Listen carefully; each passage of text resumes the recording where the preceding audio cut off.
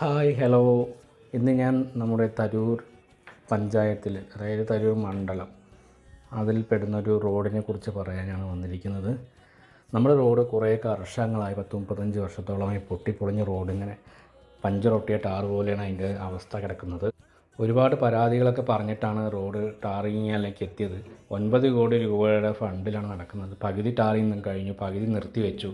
ഈ റോഡ് ഇങ്ങനെ ഇട്ടിട്ട് കുറേ കാലമായി, 8 മാസത്തോളമായി. ഇതിൻ്റെ ഫണ്ടൊക്കെ തിരിമറി ചെയ്തോ എന്താണെന്നൊന്നും നമുക്കറിയില്ല. ഒരുപാട് ജനങ്ങൾ ബുദ്ധിമുട്ടിക്കുന്ന രീതിയിലാണ്. കണ്ടില്ലേ, കുഴിയിലൊക്കെ വീണ് എന്തെങ്കിലും സംഭവിച്ചാൽ തന്നെ നമുക്കൊന്നും പറയാൻ കഴിയില്ല.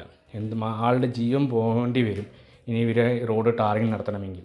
ഈ കാശൊക്കെ ഇവർ എന്ത് ചെയ്തു, എന്താണ് ഇതിൻ്റെ ടാർ ചെയ്യാത്തതിൻ്റെ പിന്നിലുള്ളത് ഒന്നും അറിയില്ല.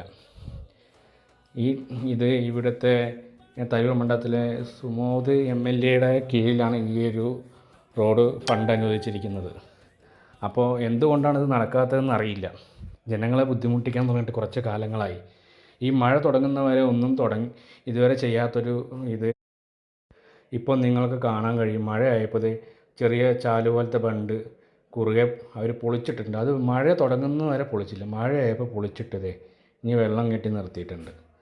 ജനങ്ങളെ എങ്ങനെയൊക്കെ ദ്രോഹിക്കുക എന്നുള്ളതാണല്ലാതെ ജനങ്ങൾക്ക് സുഗമമായ റോഡ് അനുവദിക്കുക എന്നുള്ളതല്ല ഈ സർക്കാരുകളൊക്കെ ചെയ്യുന്നത്. എന്തിനാണ് ജനങ്ങളെ ഇങ്ങനെ ദ്രോഹിച്ചിട്ട് ബുദ്ധിമുട്ടിച്ചിട്ട് നിങ്ങൾക്ക് നേടാനുള്ളത്? നിങ്ങൾ പാർട്ടിക്കാർ തമ്മിൽ മത്സരം എന്ത് വേണമെങ്കിൽ നടത്തും, ജനങ്ങളെ ദ്രോഹിച്ചിട്ട് എന്തിനാണ്? അപ്പോൾ ഇങ്ങനൊരു വീഡിയോ എടുക്കണമെന്ന് കരുതി കുറേ നാളായി.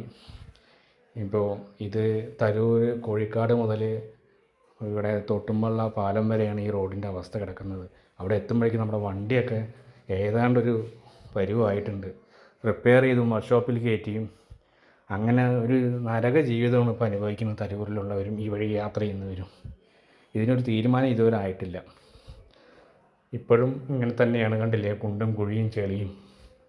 എത്രയും പെട്ടെന്ന് ഇതിനൊരു തീരുമാനമാവട്ടെ എന്ന് ഞാൻ ആഗ്രഹിക്കുന്നു. ഈ വീഡിയോ നിങ്ങളിലേക്ക് എത്തിക്കണമെന്ന് ആഗ്രഹിച്ചു. അത്രയേ ഉള്ളൂ. അപ്പോൾ അടുത്തൊരു വീഡിയോയുമായി വീണ്ടും കാണാം. Okay, by.